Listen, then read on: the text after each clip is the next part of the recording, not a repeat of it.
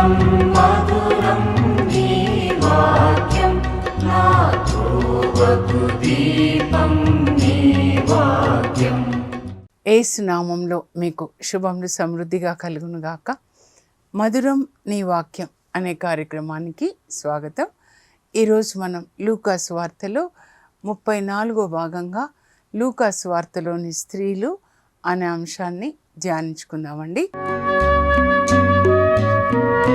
మధురం మధురం నీ వాక్యం నా త్రోవకు దీపం నీ వాక్యం.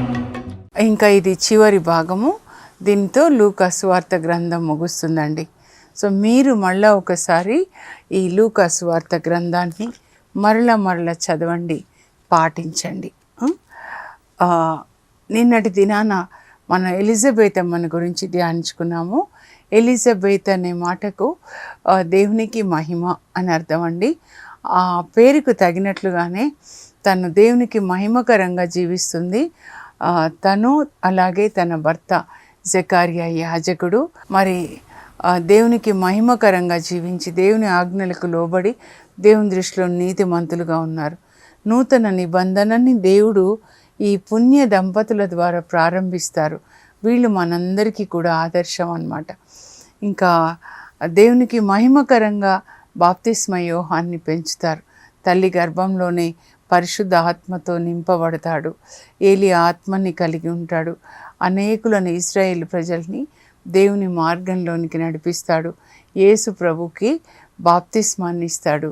యేసు ప్రభు బాప్తిస్మ యోహాన్ గురించి సాక్ష్యం ఇస్తూ మానవులందరిలో బాప్తిస్మ యోహాన్ కంటే గొప్పవాడు ఇంకా పుట్టబోడని నేను మీతో నొక్కి ఒక్కంచుచున్నాను అని మత్తయి సువార్త 11:11లో చెప్తారండి.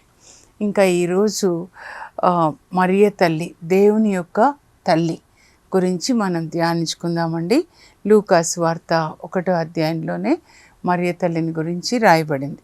ఒక్క మాటలో చెప్పాలి అనంటే మరి మిగతా తల్లులందరూ ఎలిజబెత్ అమ్మ కావచ్చు, హన్నా కావచ్చు, వీళ్ళందరూ కూడా ప్రవక్తల తల్లులు, మరి అపోస్తుల తల్లులు, అలాగే పునీతుల తల్లులు, పునీత అంతోని వారి తల్లి, శౌరి వారి తల్లి అలా. కానీ మరియ తల్లి ప్రత్యేకత ఏంటంటే ఆమె దేవుని యొక్క తల్లి. ఇంకా ఆ తల్లి దేవుని తల్లి. మిగతా వాళ్ళందరూ కూడా ప్రవక్తల తల్లులు, మహా గొప్ప వ్యక్తుల తల్లులు అన్నమాట. సో ప్రత్యేకమైన స్త్రీ అన్నమాట. యేసు ప్రభు ఈ లోకానికి రావాలి అనుకున్నప్పుడు ఆయనకి శరీరం కావాలి కాబట్టి దేవుడు మరియ తల్లి శరీరంలో నుంచి యేసు ప్రభుకి శరీరాన్ని ఇస్తారు. ఇంకా దేవుని చిత్తానికి తనను తాను సంపూర్ణముగా సమర్పించుకున్న తల్లి. మనం కూడా అలాగే ఉండాలండి. దేవుడు కోరుకునేది ఏంటంటే దేవుని చిత్తం చేయడానికి మనల్ని సమర్పించుకోవాలి.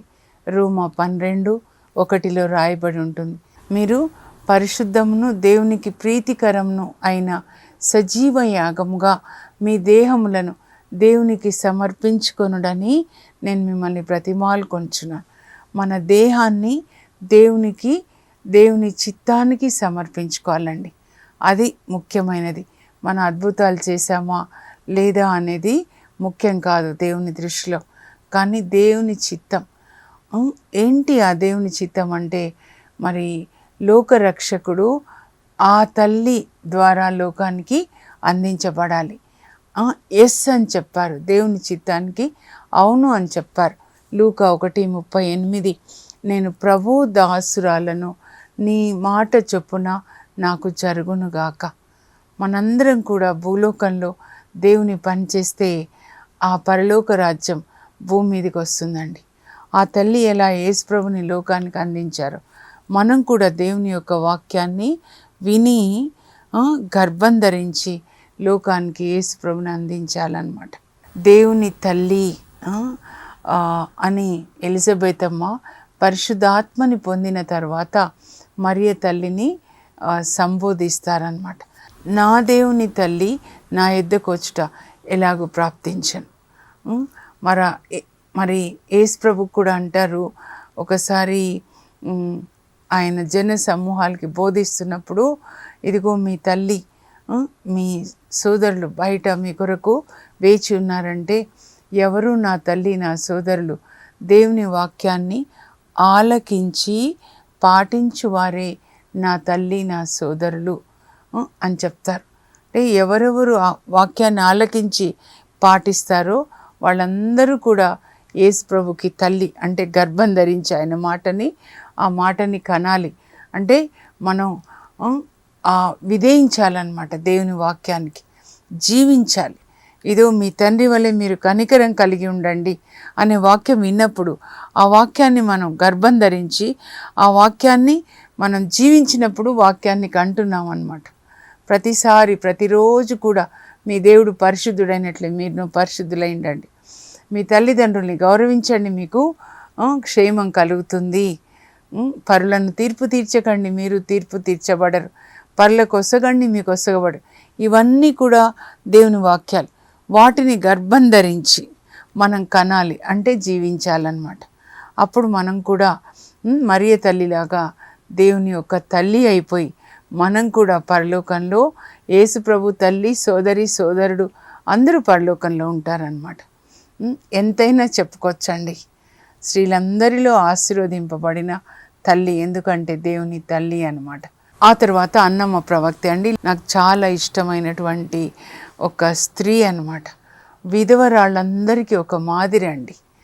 ఈ అన్నమ్మ ప్రవక్తి వివాహమైన తర్వాత 7 సంవత్సరాలే కాపురం చేసిన తర్వాత భర్త మరణిస్తాడు. యవ్వనంలో ఒకవేళ 16 సంవత్సరాలకి పెళ్ళి అవుతే 23 సంవత్సరాలు ఉండొచ్చు భర్త మరణించి, మళ్ళా పెళ్లి చేసుకోవాలి. అలా కాకుండా దేవుడే నా భర్త అని దేవునికి సమర్పించుకుంటుందండి. విధవరాళ్ళందరూ ఇలా ఉంటే ఎంత బాగుంటుంది. యెషయా 54:5 నిన్ను సృజించినవాడు నీకు భర్తగును, సర్వశక్తిమంతుడైన దేవుడని అతనికి పేరు అని చెప్పి మనల్ని మరి దేవునికి సమర్పించుకొని ఆయనని భర్తగా స్వీకరించి ఆయన నడిచిన అడుగు జాడల్లో మనం నడిచి దేవుని పని లోకంలో చేస్తే ఎంత బాగుంటుంది. యేసు ప్రభు దేవుని చిత్తాన్ని చేశాడు. ఆయన యోహాను 6:38 ఉంటుంది, నేను ఈ లోకానికి వచ్చింది నా సొంత చిత్తం చేయడానికి కాదు, దేవుని చిత్తాన్ని చేయడానికి వచ్చాను. 84 సంవత్సరాలు రేయింబవలు ఉపవాస ప్రార్థనలు చేసిన ఒక స్త్రీగా ఆమె పేరు బైబిల్ గ్రంథంలో లిఖించబడిందండి. మన పేరు ఎక్కడ లిఖించబడుతుంది? పరలోకంలో జీవ గ్రంథంలో, దేవుని యొక్క గ్రంథంలోనా? లేకపోతే అన్ని రకాల పాపాలు చేసి శరీరానుసారంగా జీవిస్తూ దేవుని మాటని లెక్క చేయకుండా ఉంటే మరి నరకంలో రాయబడుతుందా? 84 సంవత్సరాలు ఉపవాస ప్రార్థన రేయింబవలు అంట దేవాలయంలోనే ఉంది అని చెప్తున్నారు. భర్త మరణించిన దగ్గర నుంచి దేవాలయంలోనే ఉంటూ రేయింబవలు ఉపవాస ప్రార్థనలు చేస్తుంది. ప్రవక్తి అంటే ఆమె దేవుని సందేశాన్ని విని ప్రజలకు అందిస్తూ ఉందన్నమాట. దేని కొరకు ప్రార్థించారంటే, మెస్సయాని పంపించండి ప్రభువా, ఎప్పుడు పంపిస్తారు అని విశ్వాసం కోల్పోలేదండి. మనం 5 సంవత్సరాలు 10 సంవత్సరాలు ప్రార్థన చేసి నాకు పిల్లలు పుట్టట్లేదు, లేకపోతే మా ఆయన మారట్లేదు, బాబు మారట్లేదు, పాప మారట్లేదు, విశ్వాసాన్ని కోల్పోతాం. కానీ 84 సంవత్సరాలు ఆమె దేని కొరకు ప్రార్థించిందో తగిన సమయం వచ్చినప్పుడు దేవుడు మెస్సయాన్ని తన కుమారుని లోకానికి పంపించాడు. ఆ కుమారుణ్ణి మరి దేవాలయంలో సమర్పించడానికి మరియ తల్లి జోజప్ప గారు బాబుని తీసుకొని వచ్చినప్పుడు ఆ బాబుని ఆమె కూడా చూస్తుంది, దేవునికి వందనాలు చెప్తుంది. తన ప్రార్థనకు జవాబు దేవుడు ఇచ్చినందుకు వందనాలు. అలా పట్టుదలతో ప్రార్థన చేయాలండి. మన ప్రార్థన పరలోకానికి వెళ్ళాలి, అక్కడి నుంచి మనకు జవాబు రావాలి. మనకు అప్పుడు తెలుస్తుంది మనం దేవునితో కనెక్ట్ అయి ఉన్నామా లేదా అని చెప్పి. ఒక చెట్టుకి కొమ్మ కనెక్ట్ అయినట్లుగా మనం దేవునితో కనెక్ట్ అయి ఉండాలన్నమాట. అలా ప్రార్థించాలి, విజ్ఞాపన చేయాలి. ఇది విజ్ఞాపన చేసే సమయం అన్నమాట. 1 తిమోతి 2 1 నుంచి 4 వరకు అక్కడ పౌలు రాస్తాడు, మీరు మానవులందరి కొరకు ప్రార్థించాలి, మీరు ప్రశాంతంగా జీవించాలంటే అందరి కొరకు, రాజుల కొరకు, తదితరుల కొరకు ప్రార్థించాలి. అది ఎందుకంటే అందరూ సత్యాన్ని తెలుసుకొని రక్షింపబడవలేనని దేవుని యొక్క అభిలాష, కోరిక. అందరూ సత్యం అంటే యేసుప్రభుని తెలుసుకోవాలి. దేవుని గురించిన సత్యాన్ని ఆది గ్రంథం నుంచి ప్రకటన గ్రంథం వరకు తెలుసుకోవాలి. కనుక అందరి కొరకు, ప్రతి దేశం కొరకు, దేశ శాంతి కొరకు, దేశ నాయకుల కొరకు, మత నాయకుల కొరకు, ప్రతి ఒక్కరి కోసం, విద్యార్థుల కోసం, రోగుల కొరకు, డాక్టర్స్, కోర్టులలో జయం నెగ్గాలి, అడ్వకేట్స్, జడ్జెస్, తర్వాత విమానాల కొరకు, సేఫ్ జర్నీ కొరకు కదా, అందరి కొరకు, ట్రైన్స్. మీకు ఏది బాధ అనిపిస్తుందో, ఇదిగో త్రాగి త్రాగి పాడైపోతున్నారు. భార్యలు ఫోన్ చేస్తూ ఉన్నారు, ఒకటే తాగుతున్నాడు అక్క, ఏం చేయాలి అని. ఈ త్రాగుబోతు వాళ్ళ కోసం ప్రార్థించాలి. యవ్వనస్తులు, తిండి, సెల్ ఫోన్స్, డ్రగ్స్, రకరకాలు. మీకు ఏది బాధ అనిపిస్తుందో దాని కొరకు, మీ పిల్లల విషయంలో ఏ బాధ ఉందో 7,000 మంది కొరకు ప్రార్థించండి.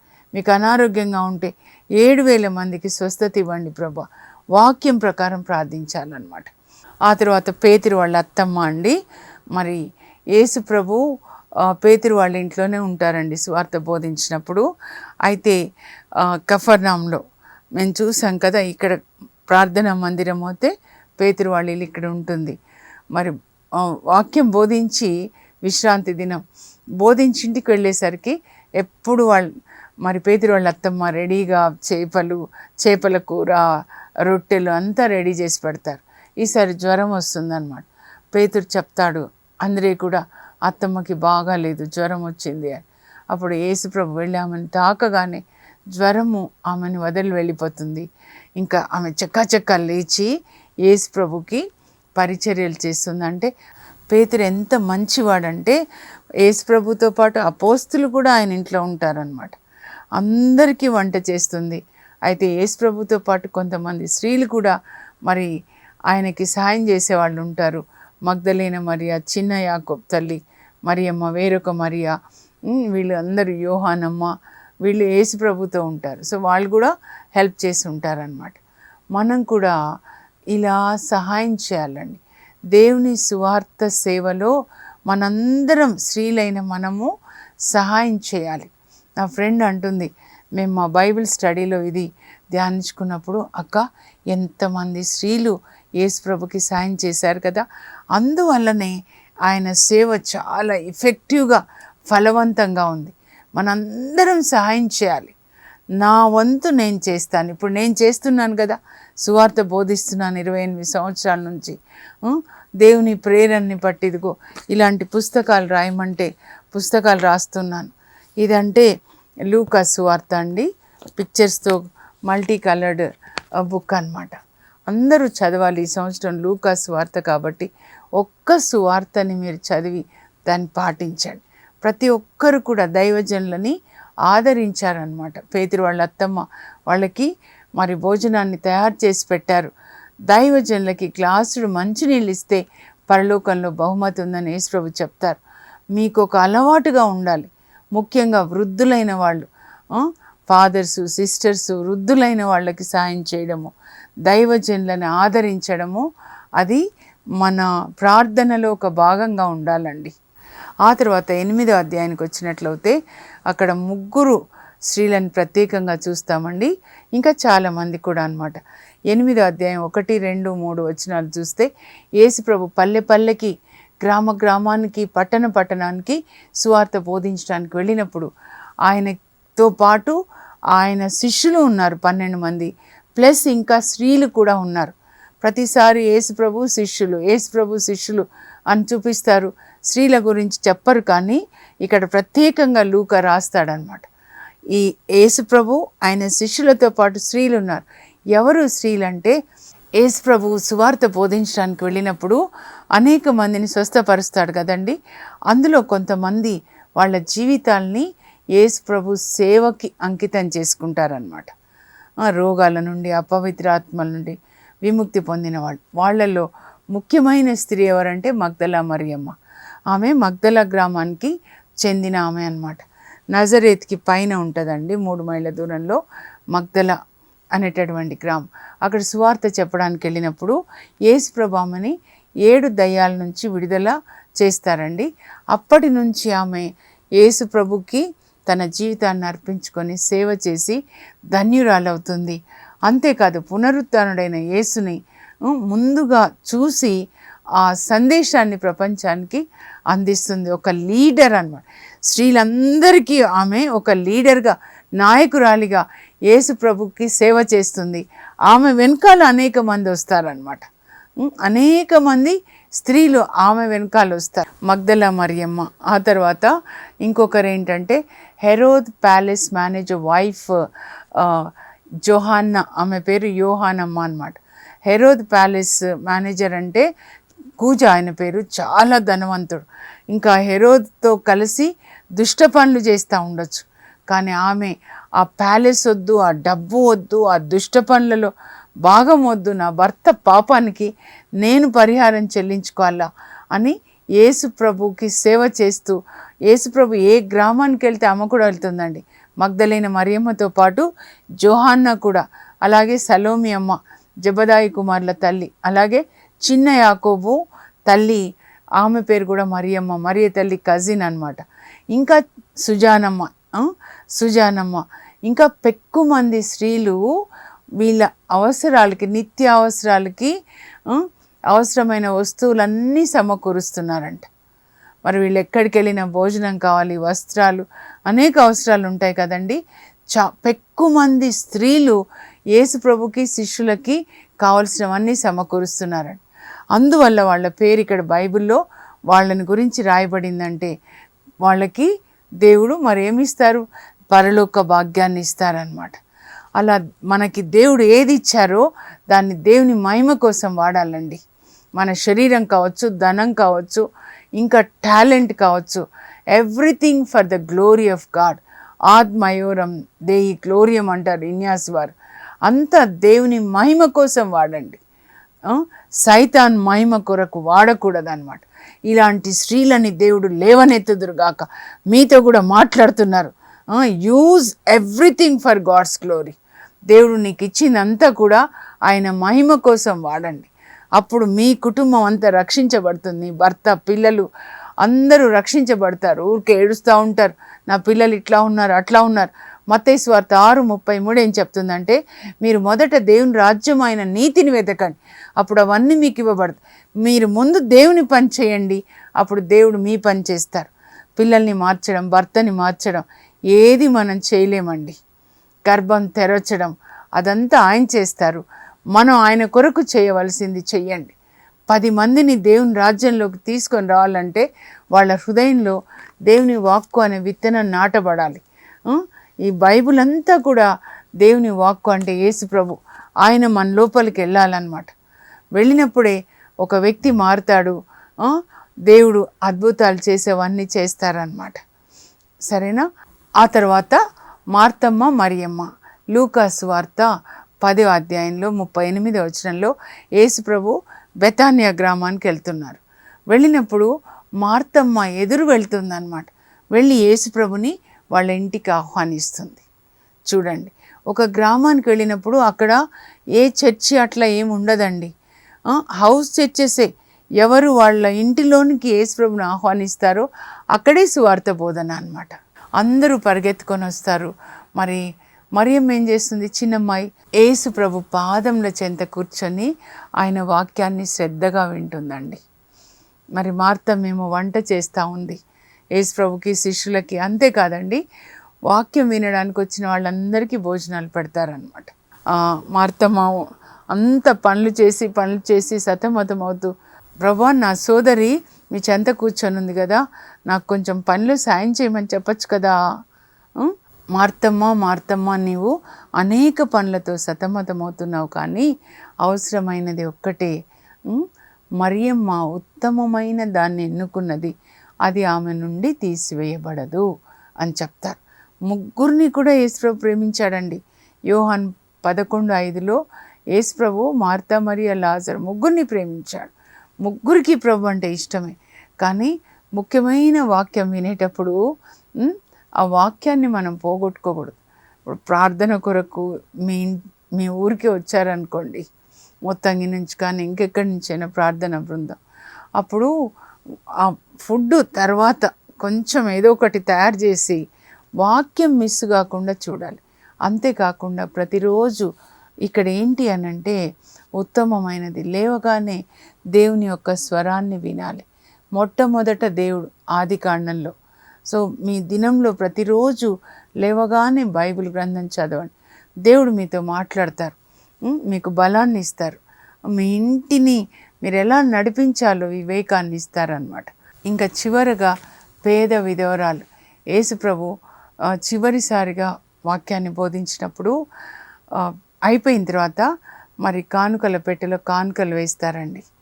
అప్పుడు చాలా ధనికులు వాళ్ళకు ఉన్న దాంట్లో కొద్దిగా ఇస్తారు. కానీ ఈమె తన దగ్గర 2 కాసులు ఉంటే ఆ 2 కాసులు తీసివేస్తుంది.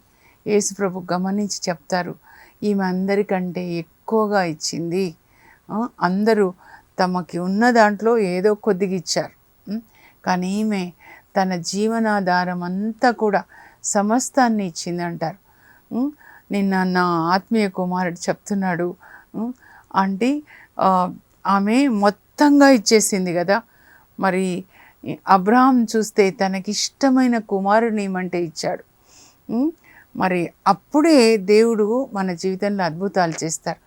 ఉన్న దాంట్లో కొద్దిగా ఇచ్చినప్పుడు maybe they receive the blessings, ఆశీర్వాదాలు వస్తాయేమో. కానీ వాళ్ళకి ఇష్టమైన సమస్తాన్ని ఇచ్చినప్పుడు God will move the things.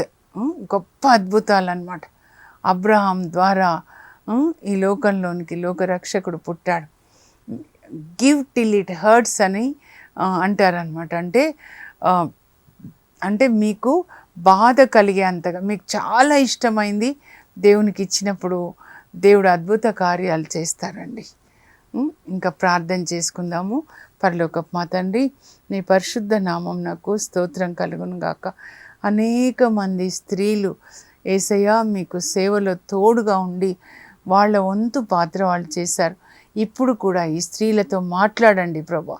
అయ్యా, వాళ్ళు మీ సేవ చేసేటట్లుగా, వాళ్ళు ఉన్న ఊరిలో మీ రాజ్యం వచ్చేటట్లుగా ప్రభా, సువార్తతో ఆ ఊరిని నింపేటట్లు వాళ్ళని ప్రేరేపించండి, అభిషేకించండి. సియోను లెమ్ము, ప్రకాశించు, ప్రభు కాంతి నీ మీద ప్రకాశిస్తుంది అని నాయన మీరు యెషయా 60లో చెప్పారు తండ్రి. అనేక మంది స్త్రీలు ప్రభా సువార్త సేవ కొరకు లేవనెత్తబడుదురు గాక.